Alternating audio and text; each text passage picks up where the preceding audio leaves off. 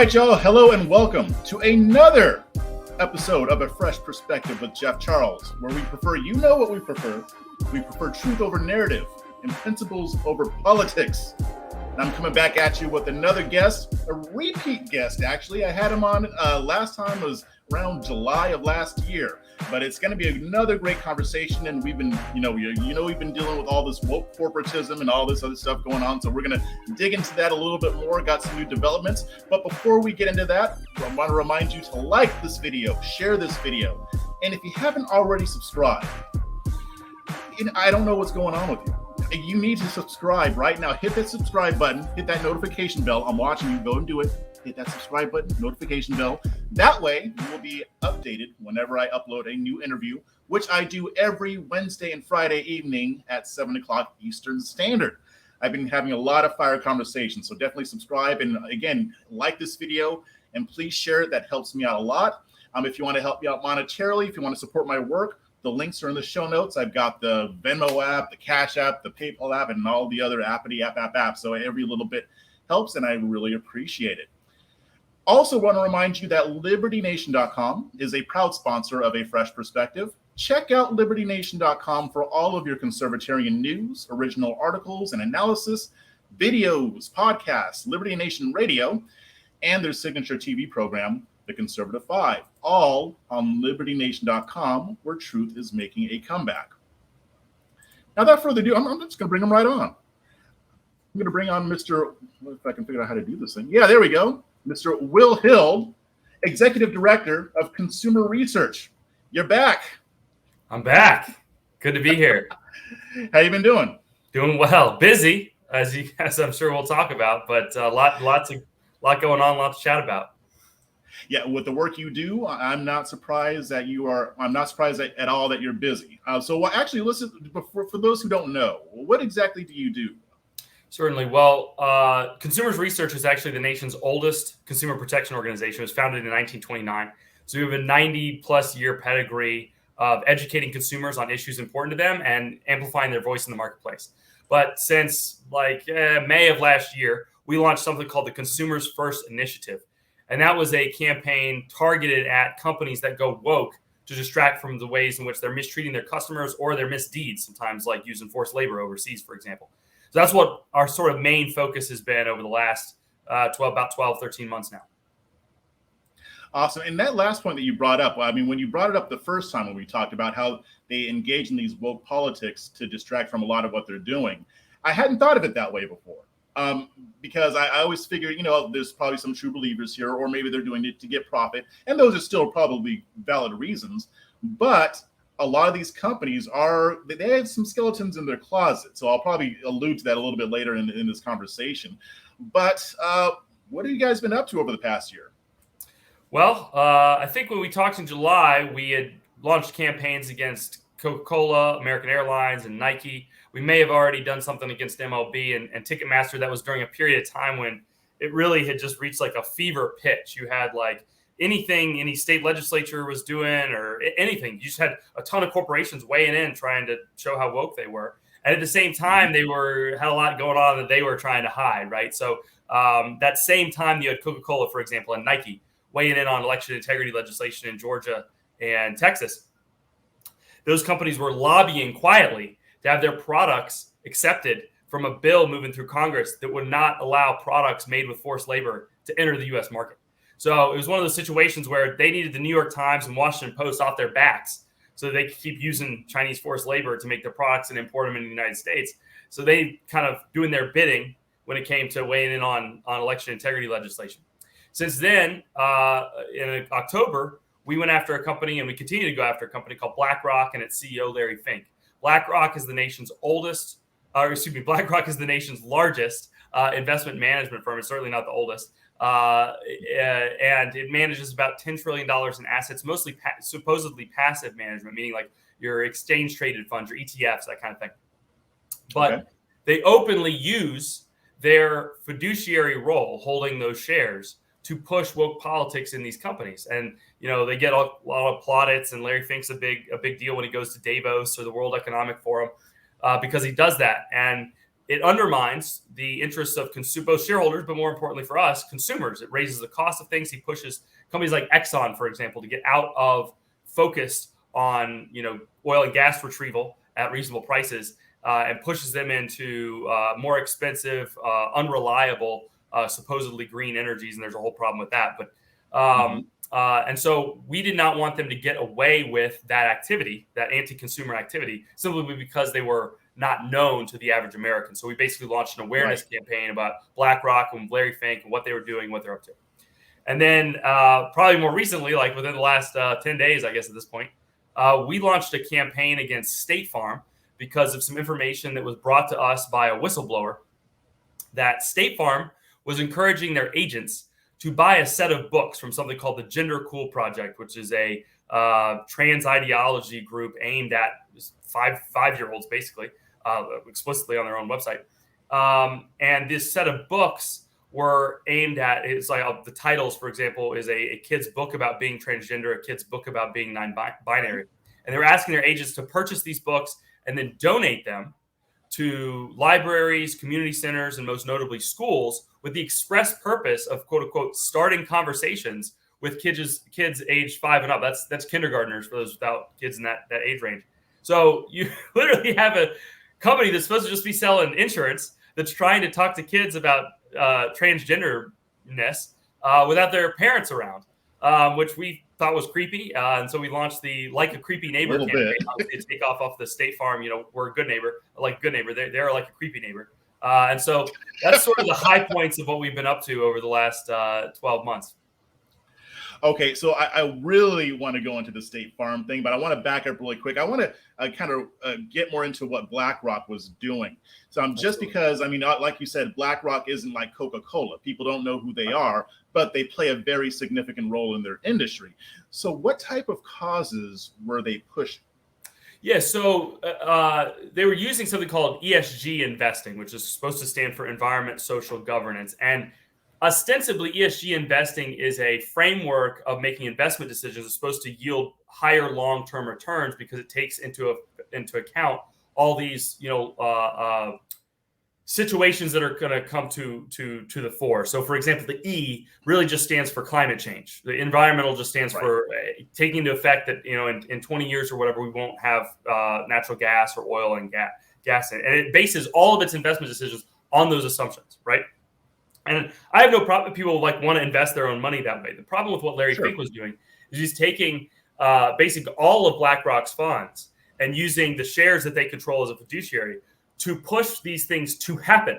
So in other words, he took last year, he took all of BlackRock's shares of Exxon and he voted on 3 radical environmentalists onto the board of Exxon whose stated goal is to get them out of the business of oil and gas exploration and into all these, more expensive, so quote unquote renewables. And there's whole problems with that as far as you need lithium and nickel and all these things that are not renewable to build all these, renewable power sources.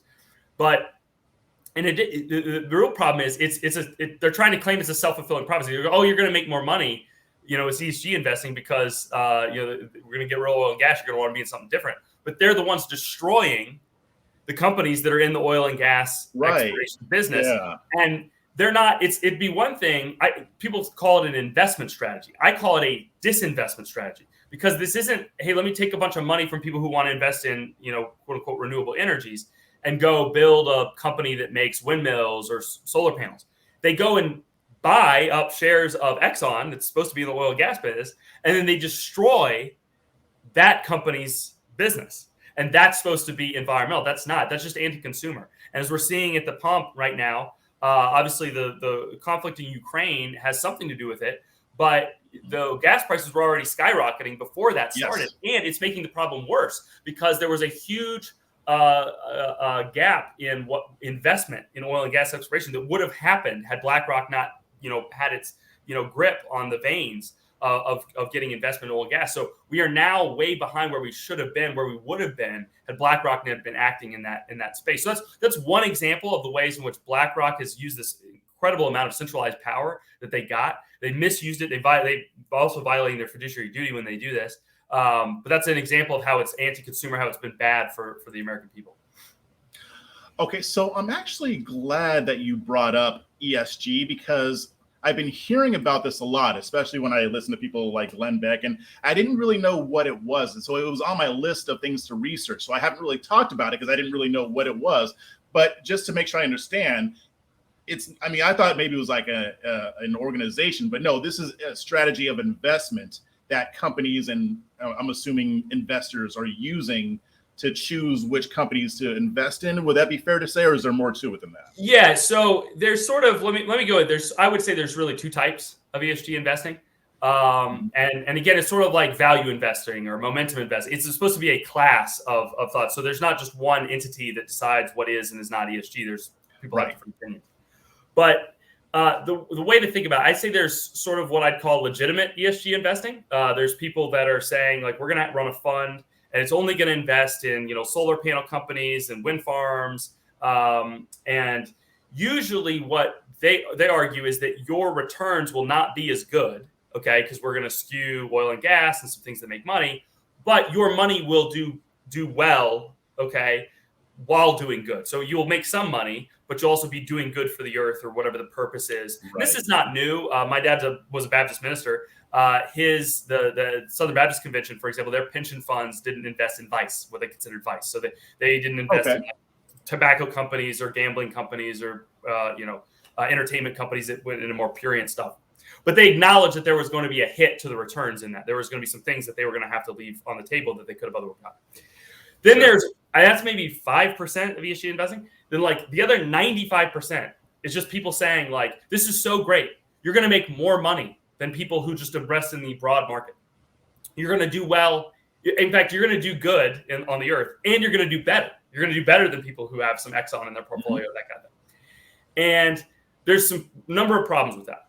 One, when that 95% that is kind of taken over the market of ESG investing, if you look at their actual portfolio holdings, it really ends up just being like you're just super overweight tech stocks. Like it's not like you're invested in some sort of really innovative technology that no one else has access to. It's like some of the top holdings in ESG funds is like Apple and Microsoft. So for the average investor who it's being sold to, they're thinking like, oh, I'm in this innovative technology that might be the future. And so as we move towards that world, I'm going to profit. It's like, no, actually, you're probably just really overweight tech. So if tech tanks, okay, you're gonna be like in a bad situation, especially if the rest of your portfolio also has a bunch of tech in it, and you think you're diversified. You're not. It's all going to go down at the same time. So the second problem I have with the ESG is that, and this gets into a sort of broader market phenomenon, with the rise of what they call passive investing, meaning a mutual fund, you got a guy who's in charge of it, and he's saying, "We're buy this, sell that." That's what people think of when they think of a fund. ETFs aren't like that. They are a list of stocks. And when you give them $100, they go out and buy the equivalent amount of that, 5% of this, 2% of this, whatever. And when you sell the thing, they just sell those and give it back to you. There's no person deciding what's going to, the list of the stocks is set and you're just buying the fund and selling. Right. For that service, for either service, you pay a fee that's called the expense ratio. And as people have moved from active management, mutual funds, to passive management, ETFs, the competition for that has driven the expense ratio lower. So the fund managers are making less and less money every year. And so there was this huge desire on Wall Street for some gimmick, some excuse to bump those fees back up. And ESG has served that purpose. So if you look at the average ESG fund, the expense ratios are 3, sometimes 4x higher. I'm talking 300, 400% higher than if you just bought the equivalent like S&P 500 ETF fund, which probably has expense ratio of like 0.1% or something like that. Average ESG fund has somewhere between 0.25% to 0.3, 0.4, which over the long time, because that's every year you're paying that. You're paying like, a quarter to a third of a percent, right? That can have huge long-term differences in the returns you've gotten because it's a toll you're paying every year. And so ESG, that 95% that was just complete like fakery, in my opinion, that's the incentive Wall Street has had to sell that to the American people because it's allowed them to regain some of those expense ratios. So there are people out there that are doing like real funds where they're out there, in, I don't know, the plains of Illinois or something, building wind farms with investor money. But that's the vast majority of this is not what's happening. People are going like for example, BlackRock's ESG funds have Exxon stock. That's how they were able to use it to put on these board of directors. So what they claim they're doing is that, we're invested in all these oil and gas stocks, everything, but we're voting to put them into a different line of business, and that's ESG. That's going to make you more money. But like I said, what the effect of it is just higher prices at the pump for the American consumer. So I know that was a lot, very complicated there. I'm happy to articulate, go into more of detail, but that's sort of the overview of the ESG movement. So it's almost like they're taking like an investment strategy, making it look like it's something different when really it's not all that different from what people are already doing, and it's making it sound more fancy so they can get more money from it. So they're putting lipstick on a pig, basically. Exactly. It's lipstick. It's people have called it greenwashing. It's like fake green. There was a CEO of a publicly traded. It was actually a publicly traded a funeral home company, and he was going off on it in his like personal statement at the end of the year, and he was saying none of these ESG funds care a lick about ESG except in shareholder proxy season, meaning the times when they vote the shares. And because that's the only thing they're using, that's like their fig leaf to say that they're doing green stuff, because they'll just vote for every wacko shareholder proposal that's bad for the company, as long as they can tie it to some sort of environmental, social governance. And I should say here that effectively, surprisingly, every ESG category just lines up with the radical progressive left political agenda. There's no daylight between the two. So ESG really, when people hear ESG, they should just hear using stocks and to push corporate America to become a part of the progressive political coalition. Now, maybe you want your shares used for that. That's okay, fine. Right. Go do that. Right. But do that yourself. Don't have Larry Fink tell you he's investing your money. And I should note here, one of the major sources of BlackRock's assets under management is state and federal pension funds. They manage to the tune of hundreds of billions of dollars of state pension funds, state and local. And then they actually manage about 80% of the federal thrift savings plan. That is the federal pension. So that's a military, all your civil servants. So this is public money. This is not money that it doesn't just not belong to Larry Fink. It's literally like government money that's then being used to push politics in the corporate boardroom. Oh, okay. And so I want to say I've heard about that before. About I didn't know it was BlackRock, but I'm sure there are other companies that might. Yeah, the big three are BlackRock, State Street, and Vanguard. And just to give you a crazy example of how much power these companies have, if you add up those three companies' control of shares in the S&P 500, if you add those three together, they would be the top shareholder in 90% of the S&P. So in other words, all it takes is three CEOs getting in a room and deciding we're going to go this way, and the top shareholder in 90% of the S&P is voting a certain way. And that's exactly what's basically happening.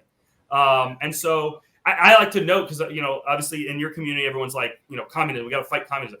The Politburo of the Soviet Union had more members than there are CEOs of these three companies, right? There's just three guys who could decide everything. Like there's actually more centralization going on in Wall Street right now than there was in the Soviet Union's Politburo. So I think that tells you a lot about the problem that we're up against here from a consumer perspective. And then I just think it's bad for the country as well that three people have that much power. And so one other question on this. I mean, I heard Glenn Beck, and I don't know if it's something you're familiar with, but he's talked about how part of ESG is like, say, if a state is getting bad press, maybe they're not embracing woke policy or whatever, that it could influence people to not invest in those states. I mean, do you know anything about that? Or yeah, so now there's a whole nother layer of what's going on. Mm-hmm. When the Biden administration came into power, they put a climate czar, like a climate liaison, I think they called it, at every agency, whose job it is to push that agency to push climate policy. So that would make sense at like the EPA, for example. But there's a climate liaison to the Department of Labor, to the officer of the Comptroller of Currency, to the Municipal Bond Rating Agency. Okay, like every little jot and tittle, every little alphabet soup has one of these people.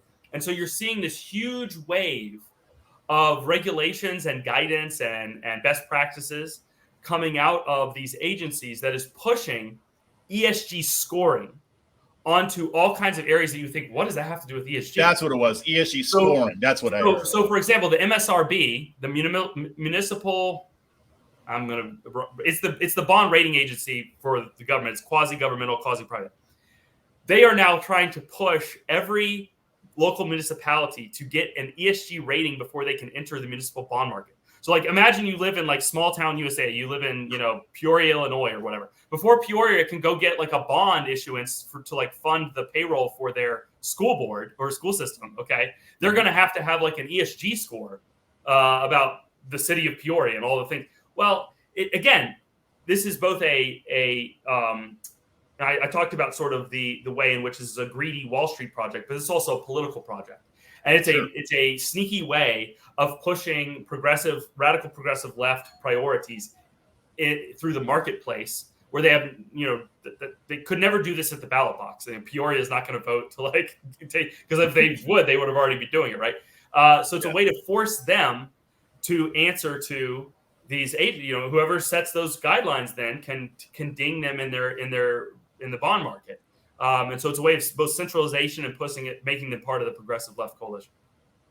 So each municipality, what they want to happen is that each municipality would have to have an ESG score. And if you don't rank very high on that, based on whatever guidelines they make up, which are obviously going to be as woke as possible, right, then it could impact your ability to finance, school projects, stuff like that. Exactly. It's a way of forcing you to take on their politics, or they will cut off the access to capital. That's basically what's being threatened here. Is that they are making it so you can only get access to capital if you do the things that they say you should be doing. And they're doing it they're doing it at the municipal level, but they're also doing it in the states. The treasurer of Utah and a bunch of other treasurers just on a huge letter. The S&P, the Standard & Poor's, which is one of the rating agencies. Again, it's a quasi-governmental. It's private, but it's there's only like 3 rating agencies that can, legally rate bonds. And they're pushing now to have states do this. So imagine, think about it this way. I mentioned that ESG really just turns into being like a tech play, right? Okay. So states like California, New York, people that are in finance, media, states whose economies are in finance, media, Silicon Valley stuff, they'll do fine. They'll look great. Okay. Yeah. If you're West Virginia, if you're Ohio, if you're Utah, if your state depends on any kind of extractive industry or ag, okay, they go after because cows and methane and all that. I kid you not. That's they're going after Nebraska hard on the cows. Agriculture. Then they are going to try and restrict your state's access to capital based on that, and tell you need to fix your economy to become more like California and New York. So I know it sounds like crazy to talk about, but they're saying all this openly. I mean, this is not in 2022. Nothing sounds crazy in 2022 , Will Hill. Exactly. Who sounds nuts now, right? Exactly.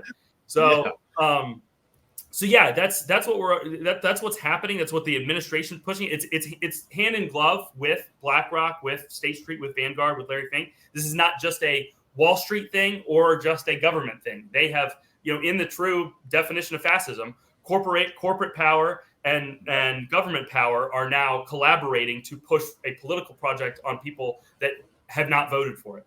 So I know the word fascism gets thrown around a little too much, but it is, in the technical sense, a fascist project. Yeah, that's what it is, and that's what I was thinking when you were saying it. So I want to get back to State Farm here, because I think that's also important. This is especially another area that I've been concerned about quite a bit lately. So State Farm partnered up with Gender Cool. Now they're not doing this anymore, right? Didn't they? Well, we'll see. So let me walk through the timeline, I think, because it says a lot about what's going on at the company, what's still may be going on at the company. So we got this whistleblower information a few weeks back. I was so astonished by it that first of all, I had to go make sure it was I wasn't being punked, right? So I called some other State Farm agents, and the funny thing was, a lot of them told me, no, I've never gotten an email like this asking me to. I'm like, well, just go in the. As soon as they punched up Gender Cool, the email came up, and they had just because they get these, you've worked at a business before, you get the announcement emails from corporate or whatever. A lot of them, you just push to the side. You don't even pay attention to them. Yeah, exactly. You're like, whatever. And that's what had happened to some of these agents that we called. They just hadn't seen it. Well, so then they're like, oh my God, this is insane. I can't believe my company is. And by the way, State Farm was founded by a I don't know if it was Baptist, but it was literally a farmer who was a Sunday school teacher. So this is could not be farther from the values of the company, but that neither here nor there. They were astonished. So anyway, we started putting together the campaign, education campaign, and help both educate consumers on what's being done to their kids and in their name, and also to push back against State Farm. We launched last Monday, 10 a.m. We put the tweet thread out showing all the evidence, the email, what had happened, the book, the project. Mm-hmm.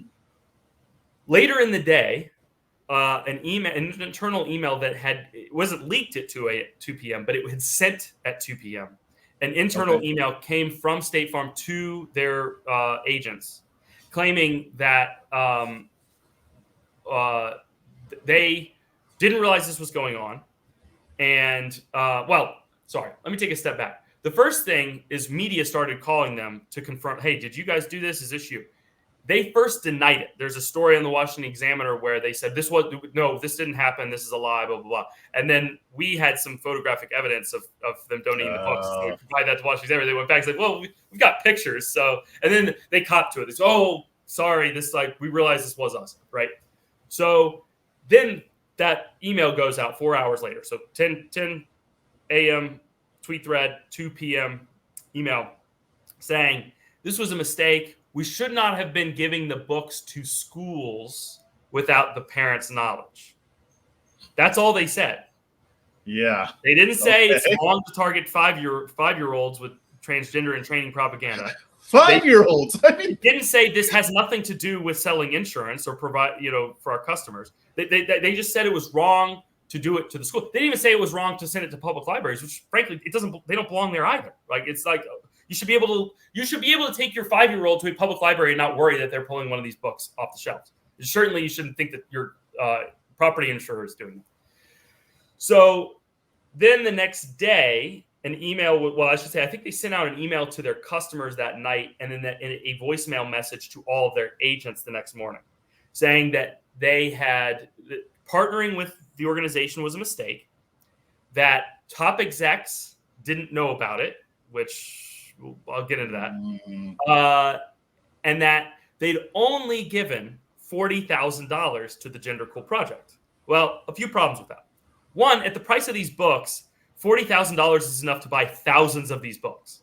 So in theory, there are thousands of places they have placed like that. Actually, I was thinking like how many agents like possibly, like I know some of them did because we had photographic evidence, but I'm like, who knows how bad this is? When they said 40,000, I'm like doing the back of the envelope math. I'm like, they gave away thousands of these books. Like they could be in so many schools and so many libraries, right? And two, so that was my question. I mean, when you say that you call the State Farm agents, they said, "Oh, I didn't know about it." Then they looked for it and saw it, and it sounded like they were surprised. Like, what the heck is this? But do you know how many of those agents actually said, "Oh, this is great. Yeah, I'll totally go give these books." Well, I didn't talk to anyone that thought it was a great idea. We know, like I said, there was photographic evidence of a school accepting the books on behalf. I'm thanking State Farm by name, thanking the Gender Cool Project. So I know at least some were donated, right? Yeah. Unsurprisingly, somebody who is happy with the program is not going to call me and be a whistleblower, right? So it's I'm selecting for people, which was the vast majority of agents who think this is insane. So I don't know how many agents volunteered, and I don't even know if that's the only way in which they were giving away the books. So because that's the email I have. And it says it's a nationwide program. 550 employees were going to get the opportunity to donate these books. They were looking for 6 people. I don't know why I just did a 3. They were looking for 6 agents in Florida to volunteer. Okay. So that's sort of I know that much, right? But you're kind of trying to figure out like how big is this oil spill, right? Like how many people? And so when they said 40,000, I'm like, that's not a small number. Like that's not a defense. And 2, they said they didn't know about it, which the emails that I have, we only released the email that went out to the agents. The whistleblower had showed me how he had tried to work it up the chain to State Farm. And we're going to be getting into that in some of our future releases. We're trying to chop it so we don't harm him, and I can't go into the details. But let's just say I'm increasingly dubious of the claim that top execs didn't know about this. But then, at the very least, it's not an excuse to say that you didn't know that your company was targeting 5-year-olds. Like that's not it's sort of like BP saying, like, well, I didn't know that oil spill happened. So, like, I mean, who am I to, you know what I mean? Like, that's not you're culpable. You're the guy at top. So the buck stops here. Yeah, exactly. So there was sort of this narrative painted that they had backed down. They pulled their logo off of the Gender Cool website. They said they're not going to do it anymore. But they were very, very specific about their language. They were saying that they stand by their LGBTQ colleagues, or however they phrased it, and they just don't think that these are conversations that should happen without parents. So. Right. Are they trying to give them to kids with their parents? Like it's like, there was no indication that they apologize at all for targeting 5-year-olds. That was not what they said. They just said it was wrong to give them to schools and that they're going to cut it out. So we have. Well, I'll tell you. Well, really quick, I'll tell you what's happening here, and you already know this. But they put themselves in a position to where they had to walk a line between not pissing everybody off. So you have parents who are going to be pissed off. So you got to apologize to them for not including them. But then you got the woke crowd. You got the alphabet community that will get pissed off if you go too far. So you got to walk that line. And that basically happened the moment that the email leaked that they were backing down at all. They got a wave of, attacks from the others, from the woke side, saying, you've betrayed us, and this is, tantamount to the Holocaust or whatever. It's just like crazy rhetoric. But granted, I don't think. I mean, there was a Red State article that someone from the inside of the company had. It was all full of details of what had gone on inside corporate that day. They said they had fielded calls from over 2,000 furious agents who were angry about the program. Well, I can't find an exact number, and maybe one of your viewers is a State Farm expert, but I'm getting details somewhere between 15 and 19,000 agents nationwide. So you're talking about in one day, corporate basically getting a phone call from somewhere between 10 and 15% of every agent they have. And the agents were, one, furious that it happened, and two, were saying that the agents themselves were getting hundreds of calls from customers ticked off saying, how dare you target my children for this and do this kind of thing.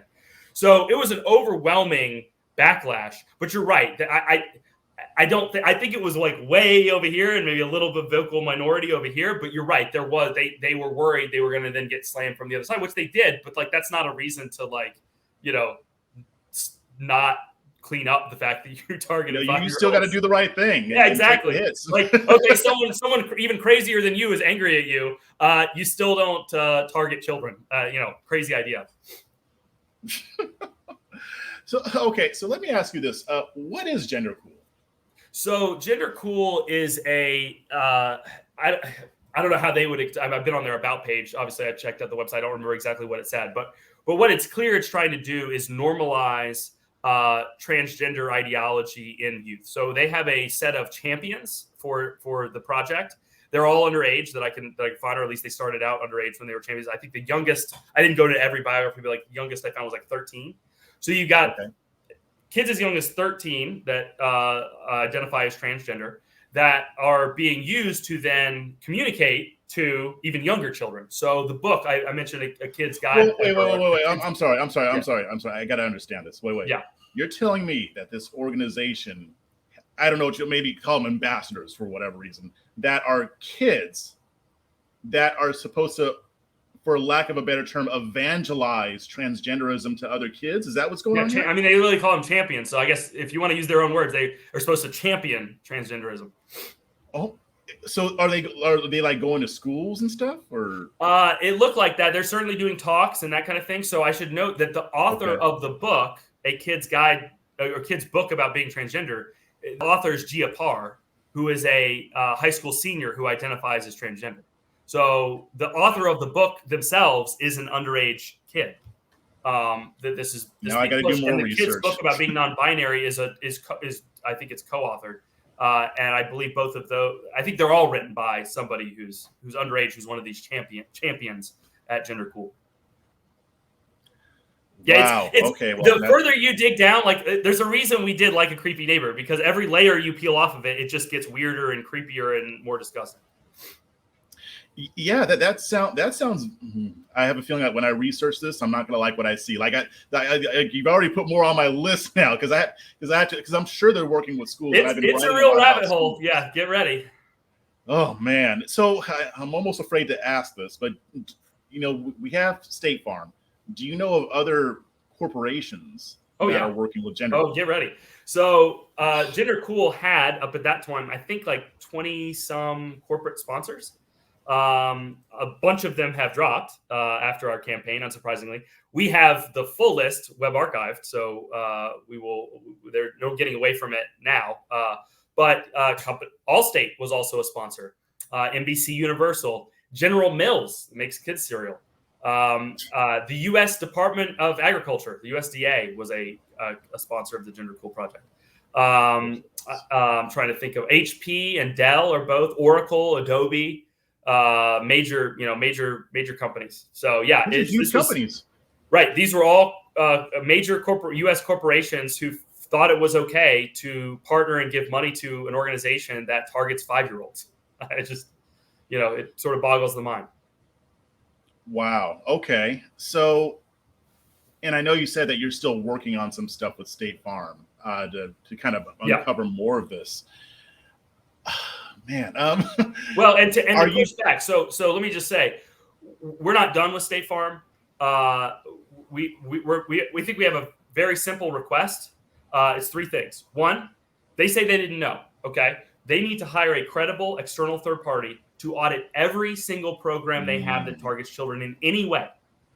Everything from the sponsorship of T-ball teams up into the targeting kids for transgender and training, book, behind their parents' back, right? Because they say they don't know. They need an audit to find out. Okay. Yeah. 2, they need to also audit they need to find out every place they drop these books off. Okay. Because like I said, that's, $40,000 translates into thousands of books being donated.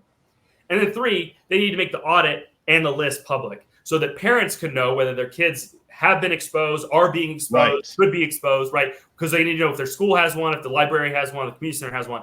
And then they need to make the audit clear so they can know if their kid's being targeted by another we don't know if this is like the worst thing. State Farm could theoretically be sponsoring something even worse than the Gender Cool project. Exactly. By their own admission, they don't know. So we think we have a very simple demand on behalf of consumers. And I should note here, this is not true in most circumstances, but State Farm is kind of a weird company in that they are not publicly traded. They're not like shares of State Farm out there, and they're not privately owned. It's not like just one guy owns the place. They are set up like a credit union. Every State Farm policyholder is an owner member of State Farm. So even if you just are a customer of State Farm, you are also an owner of the company. So you have a double right to know what was being done, both as a customer. This was being done to your kids and kids in your neighborhood if you don't have kids, but also as an owner of the company, this was done in your name. And this is a mismanagement of a company that should be focused on selling insurance and good financial products, not that. So that's that's our core ask.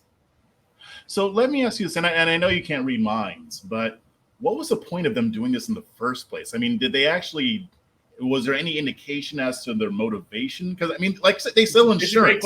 It's a great question. It's like with the Coca-Cola and the Nike stuff, it was you kind of plain as day because at the same time that they're weighing in, they were distracting, waxing philosophical about legislation in Georgia and talking about Jim Crow. They're literally trying to be like, hey, our products that are made with slave labor, those need to still come in here, right? So that one was pretty obvious. Your guess is as good as mine. I don't know how anyone would look at this and think that this is a good way to sell insurance, or gonna, who looks at this and that's the thing is that so many people that, clearly the agents didn't agree that this was a good thing for their business model. We've heard from a number of different customers who've agent reached out. I've got lots of friends that are State Farm customers and they're sending me all the emails and everything hey, my agent said this. And it's just they're we're so sorry. This, it's obvious that this was a horrible business decision. So I don't know what possibly could have motivated it. The only thing I want to make clear is they're trying to push it off on this was a low-level employee who went rogue. And I can just tell you that is not what happened here. That is not what their happened. Logo. You said that their logo was on Gender Cool's website. Logo was on the website. That's not a low-level employee. You cannot just take the logo of that. Is a fantastic point, Jeff. That's actually I haven't even been using that, but I'm going to steal it if that's okay. Yeah, please. Any major corporation, any consumers that are listening to, you don't get the logo of a major U.S. corporation on a website without their legal department weighing it because you can't that's copyright violation. So somebody had to sign off on that marketing in the general counsel's office. So that is a fantastic point. The idea that they didn't know is absurd because just the fact that their logo is on the website proves that that's not the case. Yeah, that means that there was some communication between the two entities. And I'm sorry, that's not like little Ricky Bobby working down in his cubicle. No, Right. that's higher up somewhere. I don't know if it's at the very top, but it's up there somewhere. Yeah, I mean, maybe the CEO himself didn't sign off on it. That's what he means by top exec. Like he didn't, he himself didn't know.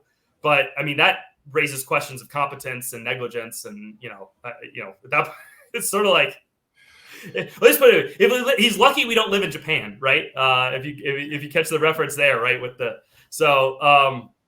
Yeah, it's wild, their excuse on this, and it just doesn't make any sense. So like we'd say, they're still being creepy. They're like still hiding everything. They're not coming clean, and they don't have. There could be kids reading these books right now, and they don't seem to have any concern that they caused them. Oh, wow. I mean, okay. I mean, there's so much, and I do want to respect your time. So last question. You mentioned that there are other companies. Do you plan on going after them too, or are you just sticking with State Farm for right now and then maybe later? How's that going to work? We're looking at all our options, and to the extent we think consumers need to be educated on the actions of a corporation, then absolutely we will educate them on the actions of that corporation. Okay, good. Man, I mean, last time I had you on, you blew my mind, but you blew my mind even more in this one. This is crazy. Yeah. Hopefully 6 months from now, I won't blow your mind. I don't know how it could get any, like, if it gets crazier than that, it's, space aliens, and, it's just going to be, this is pretty wild stuff, isn't it? Yeah. We'll have a whole other set of problems. I mean, it's crazy because this is we're already seeing what's going on in our public schools, but now corporations are getting in on it. Like, right. Wow. Okay. Well, I guess I'll just leave it there for right now, but maybe we can have you back on probably sooner than later, because I know this. Yeah, I'd love to come on and give an update. This is an ongoing, fight that we have with State Farm. We're not going to let it go just because they've backed down the slightest. Hey, we won't keep trying to target your 5-year-old in this specific way. We do not consider that the end of what they need to do to make it right, and to even begin to say that they're a good neighbor and not obviously a creepy neighbor. The creepy neighbor, like Herbert from Family Guy. Right, exactly. There was somebody, I don't know if you saw, somebody did take the Herbert from Family Guy and put, I guess in one of the frames of that show, he's like outside, like a lemonade stand style thing, and it's like free massages or whatever. But in the bottom, they had put the State Farm logo. Yeah. So the jokes write themselves. I'll leave that to the comedians, but it is pretty astonishing. All right, great. Well, until next time, why don't you first let everybody know where they can find you? Absolutely. Well, first of all, if they'd like to know more about what State Farm did, they can visit likeacreepyneighbor.com. That's likeacreepyneighbor.com. They can find more about just consumers research generally, and if they would like to pitch in and donate and support our work, they can visit consumersresearch.org. That's consumersresearch.org. Awesome. Great. Well, thanks for joining me, and I really appreciate it. Thanks so much, Jeff. I really loved coming on.